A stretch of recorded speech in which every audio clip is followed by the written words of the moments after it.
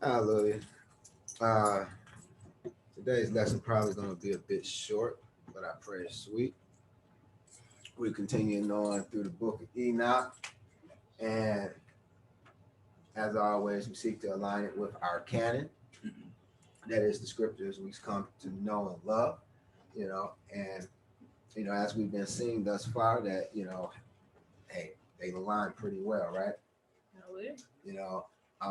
Today we're going to get into chapter 23, and today we probably, is going to are going to see a lot of stuff that actually is not in our canon, you know, but that's all good, because that teaches us, of what else is out there, and what we don't know. Amen. Hallelujah. So I'm going to read the whole book, the whole chapter rather of Enoch 23. It's only 3 verses.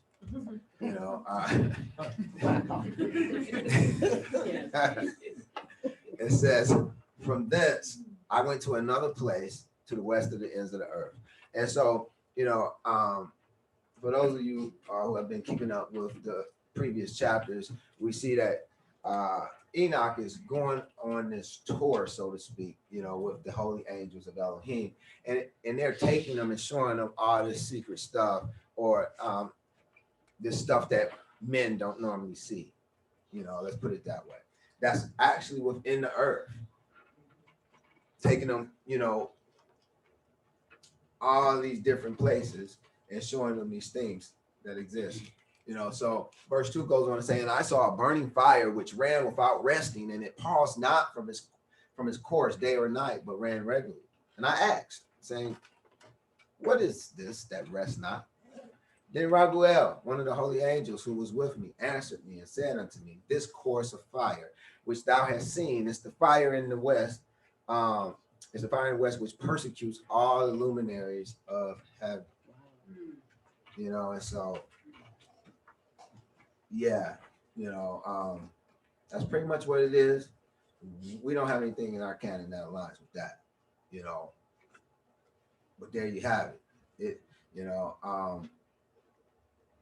Let's go on to Enoch 24. Let me have my first reader read Enoch 24, 1-6, please. "And from this I went to another place of the earth, and he showed me a mountain range of fire which burned day and night. And I went beyond it and saw 7 magnificent mountains, all differing each from the other. And the stones thereof were magnificent and beautiful, magnificent as a whole, of glorious appearance and fair exterior. Three towards the east, one founded one the other.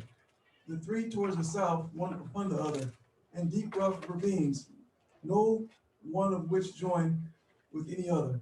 And the 7th mountain was situated in the midst of these, and it excelled them in height, and resembling the seat of a throne, and fragrant trees encircled the throne. And amongst them was a tree such as I have never at all smelt. Neither was there any amongst them, nor were there others like it. And it had a fragrance beyond all fragrance, and its leaves and blooms and wood wither not forever. And its fruit are beautiful, and its fruit is beautiful, and its fruit resembles the dates of a palm. And then I said, How beautiful is this tree, and fragrant, and its leaves are fair, and its blooms are very delightful in appearance. Then answered Michael, one of the holy and honored angels, whom was with me, and was their leader. So here it is. He sees this beautiful, beautiful tree. And, the story picks up, in chapter 25. My next reader, please. "And he said unto me, Enoch, why dost thou ask me regarding the fragrance of the tree, and why dost thou wish to learn the truth? Then I answered him, saying, I wish to know about everything, but especially about this tree. And he answered, saying, The high mountain which thou hast seen, whose summit is like the throne of Elohim, is his throne, for the holy great one and the Adonai of glory. the eternal king will sit, and when he shall come down to visit the earth with goodness. And as for the fragrant tree, no human is permitted to touch it till the great judgment, when he shall take vengeance on all and bring everything to its consummation forever. It shall then be given to the righteous and holy. Its fruit shall be for food to the elect. It shall be transplanted into the holy place, to the temple of the Adonai, the eternal King.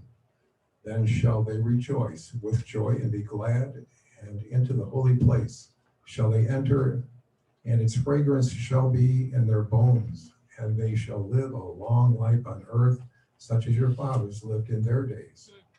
Then blessed I the Elohim of glory, the eternal King, for who hath prepared such things for the righteous, and hath created them and promised to give them. Well, hallelujah. So, we see that it speaks of this high mountain where this tree is, and its summit being like the throne of Elohim and is the throne of Elohim. And so, hey, that teaches us something, that even that Yah has a throne here upon the earth, in an undisclosed location. There is a throne of Elohim, and it speaks about this tree, this beautiful tree, being there, and it's being like super fragrant, so much so that it says that when people eat it, that the fragrance remains in their bones. How fragrant is that? We have some pretty fragrant things, on the planet, but I don't know if we have anything, that we know of that's that fragrant. Garlic is pretty fragrant.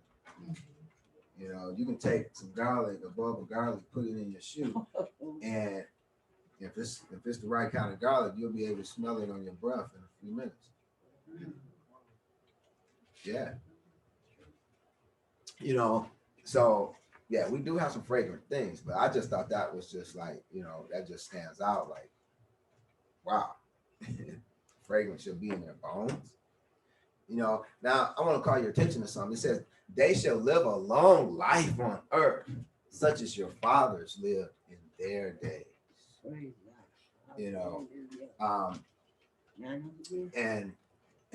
And so that causes you to question, like,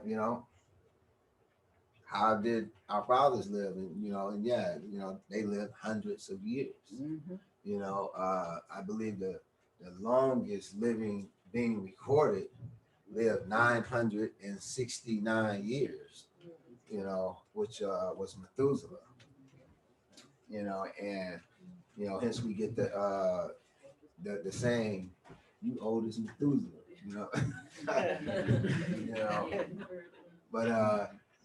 But yeah, but I thought that was pretty interesting though, because it speaks about the righteous, partaking of this tree and living a long life on earth, such as their fathers lived in their days. That's a little different than eternal life. Yeah. Is it not? Because at the end of the day, even if you live 969 years, that 970th year, you're not. You know what I'm saying? So that's, that is a long time. But that's not eternity. And so it caused me to, to ponder that, like, well, does our canon agree with this? We of course read in our canon about eternal life, but does it speak of a long temporal life? It does. Where? Well, it says live long, something like if you live long without obeying the commandment. Well, yeah, but that doesn't necessarily tell you it's going to be like hundreds of years, or but it is It is in there somewhere. First of all, let's consider this tree that Enoch saw. So when we read the verse, we saw that it was at the throne of Elohim, right? And so Revelations 22:1-2 says, and he showed me a pure river of water of life, clear as crystal, proceeding from the throne of Elohim and of the Lamb. Now we read that, that high mountain was like the throne of Elohim, and it was the throne of Elohim, right? So we know we're in the right place. Verse 2, it says, in the middle of his street on either side of the river was the tree of life. Could this have been the tree that Enoch saw? It says, which bore 12 fruits, each yielding its fruit every month. The leaves of the tree were for the healing of the nations.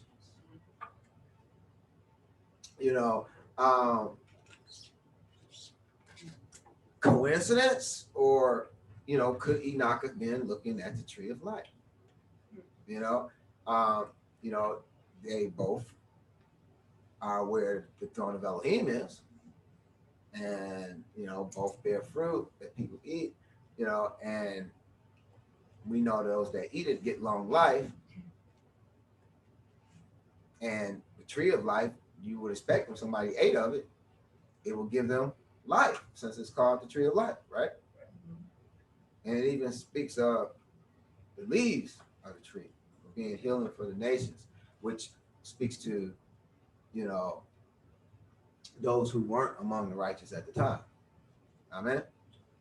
So I thought that was pretty interesting. We do have some correlation there, and consider Psalms 91:6. It says, with long life will I satisfy him and show him my salvation. Sounds like what Eliyahu was talking about, and yeah, but again, long life isn't the same as eternal life. And actually, Revelations 22, verse 5, speaks about eternal life. But like we see in Psalm 91:16, it speaks about, with long life, I will satisfy you. And then we have Yeshayahu, or Isaiah 65:20, which says, there shall be no more thence an infant of days, nor an old man that have not filled his days. For the child shall die 100 years old. Whoa. So this definitely long life, right? But take note, it says the child shall die 100 years old. But the sinner shall be 100 years, being 100 years old shall be accursed. So the child, this is just a child, an infant that dies 100 years old. Life just getting going. But it still dies. So I just want to call your attention to that, because scripture does speak of long life, and it also speaks of eternal life. These are two different things, yet they both are true. Say loud. Then we have Enoch 26. Let me have my next reader read Enoch chapter 26. And I went from thence to middle of the earth, and saw a blessed place in which there were trees with branches abiding and blooming of a dismembered tree. And there I saw a holy mountain, and underneath the mountain to the east there was a stream, and it flowed to the south. And I saw towards the east another mountain higher than this, and between them a deep and narrow ravine. In it also ran a stream underneath the mountain. And to the west thereof there was another mountain, lower than the former and of small elevation, and a ravine deep and dry between them. And another deep and dry ravine was at the extremities of the three mountains. And all the ravines were deep and narrow, being formed of rock, of hard rock. And trees were not planted upon them. And I marveled at the rocks, and I marveled at the ravine. Yea, I marveled very much. Wow. You know, I'm gonna call your attention to, you know, where it says, "I went from thence to the middle of the earth." You know, if you pay attention to what Enoch is saying, you know, here as well as in other places, you know, it makes something, you know, in order for the things that he says to be true, it makes something evident, and that is that the earth must be hollow. Because he's speaking about all these places that's within the earth. You know, so that proposes that the earth is hollow. You know, and the funny thing is, like, you're starting to see this concept being brought up, you know, in movies, you know, where they're depicting, you know, a hollow earth, and, you know, and all these folks, you know, these folks or beings, if you would, living in it. How many of you guys ever heard or seen Men in Black? You know, did you take note that all the aliens, many of the aliens, some of them lived amongst the people, but many of them lived within the earth? You know, and remember when their headquarters was actually in the earth, it went down miles and miles and miles in the earth. You know, and there was another movie that's just off the top of my head that really depicted this, you know, well, and it was semi-recent. It was Godzilla versus King Kong. Yeah, it's not the most spiritual movie, but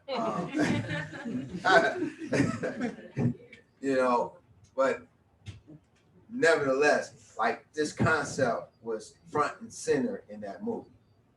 You know, and, you know, Kong found out where he came from, you know, and it was within the earth, and when they went down in there, it was a whole different world within the world. You know, and dinosaurs were still there. You know, and it's just an interesting concept to consider, because as we continue, you're going to see Enoch is also going to see some huge animals. You know, and I just bring this out because it's not very much here, you know, so we might as well have fun with the concepts that are there. Amen. You know, so let me have my next reader read Enoch chapter 27. Then said I, for what object is this blessed land, which is entirely filled with trees, and this accursed valley between? Then Uriel, one of the holy angels, who was with me, answered and said, this accursed valley is for those accursed forever, and here shall all the accursed be gathered together, who utter with their lips against the Adonai unseemly words, and of his glory speaking hard things. Here shall they be gathered together, and here shall be their place of judgment. In the last days there shall be upon them the spectacle of righteous judgment in the presence of the righteous forever. And here shall be the merciful blessed, or here shall the merciful bless the Adonai of glory, the eternal King. And in the days of judgment over the former, they shall bless him for the mercy in accordance to which he has assigned for them their lot. Then I blessed the Adonai of glory, and set forth his glory, and lauded him gloriously. And thence I went toward the east, into the midst of the mountain range of the desert, and I saw a wilderness, and it was solitary, full of trees and plants, and water gushed forth from above, and rushing like a copious watercourse, which flowed toward the northwest. It caused clouds of dew to ascend on every side. Hallelujah. So we're seeing in chapter 27, there's actually a place for the occurrence for those who, you know, put their lips against the Adonai. and against his glory. Those who speak harsh things against him. You know, Yah has a place for those folks. Amen. You know, and so they will find that place in the end, you know, and then she also read chapter 28, all 3 verses of it, you know,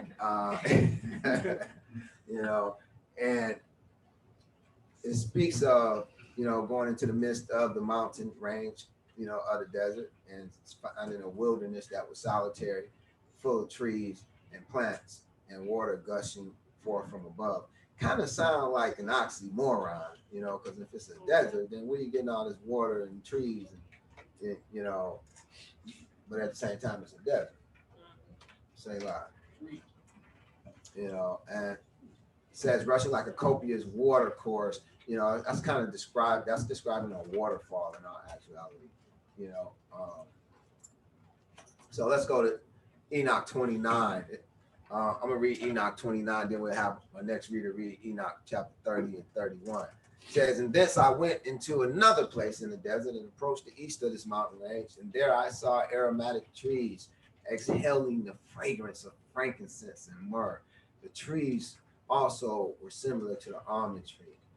Sounds like a wonderful place. You know, you have all these fragrant trees, you know, emitting all these beautiful scents, you know. Yeah, sounds pretty good. Okay, chapter 30, next reader, please, and 31.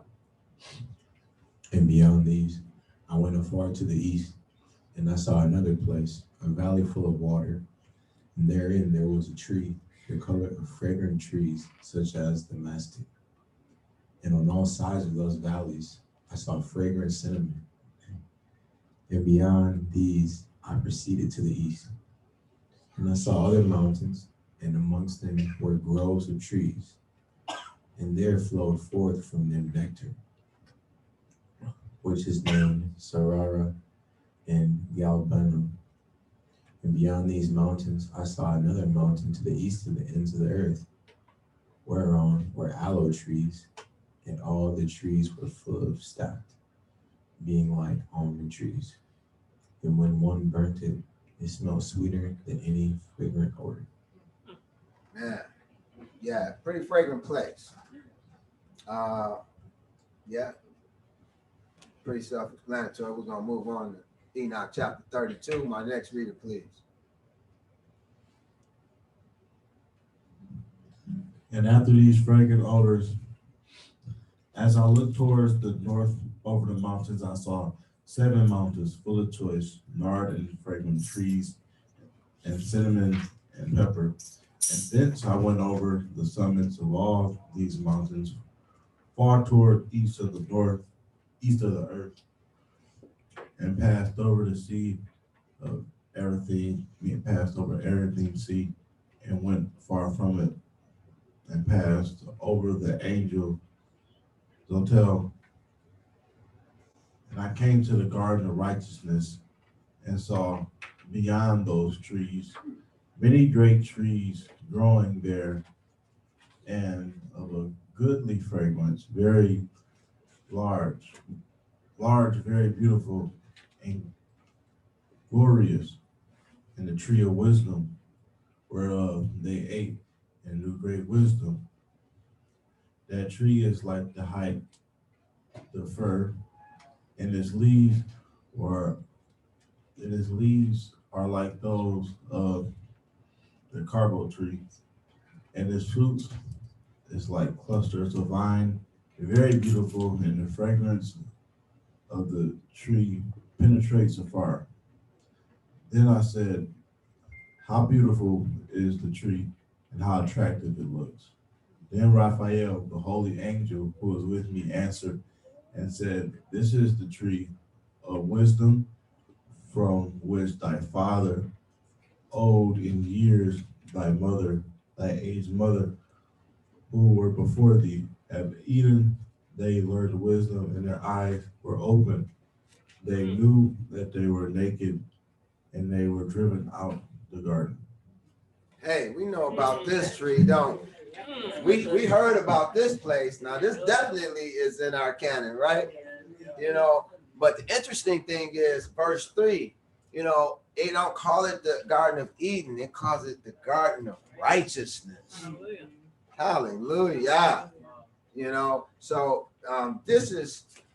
that's a really big thing to know, actually, you know, that the Garden of Eden is also called the Garden of Righteousness, you know, and we talked about, well, you know, a while ago in another, that wasn't even the Book of Enoch, but Eden speaks to, you know, joy, you know, being joyful, you know. So what does that tell us? It tells us if we be righteous, we'll be joyful. Amen. You know, and it also calls the tree of wisdom, you know, which is revelatory of what the woman would say, you know, before she ate of it, you know, and it talks about how the fragrance, you know, and how beautiful and glorious the tree was, you know, and, you know, when we look back at our account in Genesis, we see, you know, that the woman actually made claim to some of these things. It's there, you know, but we didn't, it didn't help us realize like the tree was all that. But, you know, Enoch let us see like this tree was beautiful and very pleasant, you know, looking and smelling, you know, it was a beautiful tree. Like he was marveling at it, you know. Says in Genesis 3, now the serpent was more subtle than any beast of the field which Yahuwah Elohim had made. And he said unto the woman, yea, have Elohim said, ye shall not eat of every tree of the garden. And the woman said unto the serpent, we may eat of the fruit of the trees of the garden, but of the fruit of the tree which is in the midst of the garden, Elohim hath said, ye shall not eat of it, neither shall ye touch it, lest ye die. And the serpent said unto the woman, ye shall not surely die. For Elohim doeth know that in the day ye eat thereof, then your eyes shall be open, and ye shall be as gods, knowing good and evil. And when the woman saw that the tree was good for food, and that it was pleasant to the eyes. Now Enoch definitely, you know, attests to it being pleasant to the eyes, and a tree to be desired to make one wise. Even the angels even called it a tree of wisdom, right? She took of the fruit thereof and did eat, and gave also unto her husband with her, and he did eat, and the eyes of them both were open, and they knew that they were naked, and they sewed fig leaves together and made themselves a. Yeah, you know, so our canon definitely aligns with what Enoch is saying. You know, then we have Enoch 33 and 34. My next reader, please. And from there I went to the ends of the earth and saw their great beasts, and each differed from the other. And I saw birds also differing in appearance and beauty and voice, and the one differing from the other. And to the east of those beasts I saw the ends of the earth, whereon the heavens rest, and the portals of the heavens open. And I saw how the stars of heaven come forth, and I counted the portals out of which they proceeded, and wrote down all the outlets of each individual star by itself, according to their number and their names, their courses and their positions, and their times and their months. And as Uriel, the holy angel who was with me, showed me. He showed all things to me and wrote them down for me. Also their names he wrote for me, and their laws and their companies. 34, verse 1. From thence I went towards the north to the ends of the earth, and there I saw a great glorious device at the ends of the whole earth. And here I saw 3 portals of heaven open in the heaven. Through each of them proceeded north winds. When they blow, there's cold, hail, frost, snow, dew, and rain. And out of the portal they blow for good. But when they blow through the other 2 portals, it was violence and affliction on the earth, and they blew with violence. Hallelujah. You know, so here it is. We see a bunch of portals, and we're going to read a lot about these portals throughout the Book of Enoch. But we have them all. They're all over the place pretty much. It continues on in Enoch 35. It says, "And from thence I went towards the west to the ends of the earth, and saw there 3 portals of the heaven open, such as I had seen in the east, the same number of portals and the same number of outlets." Yeah, that was the end of chapter 35. Chapter 36, "And from thence I went to the south to the ends of the earth, and saw there 3 open portals or gates of the heaven, and thence there come dew, rain, and wind.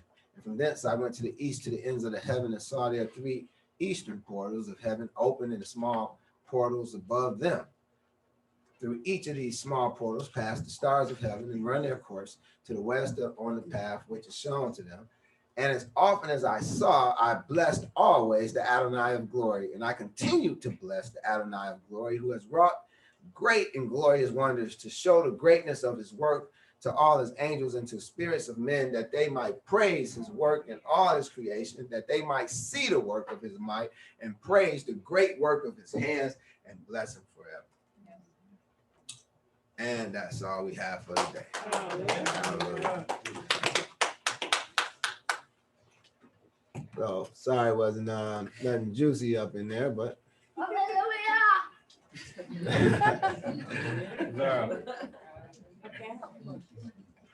Sorry.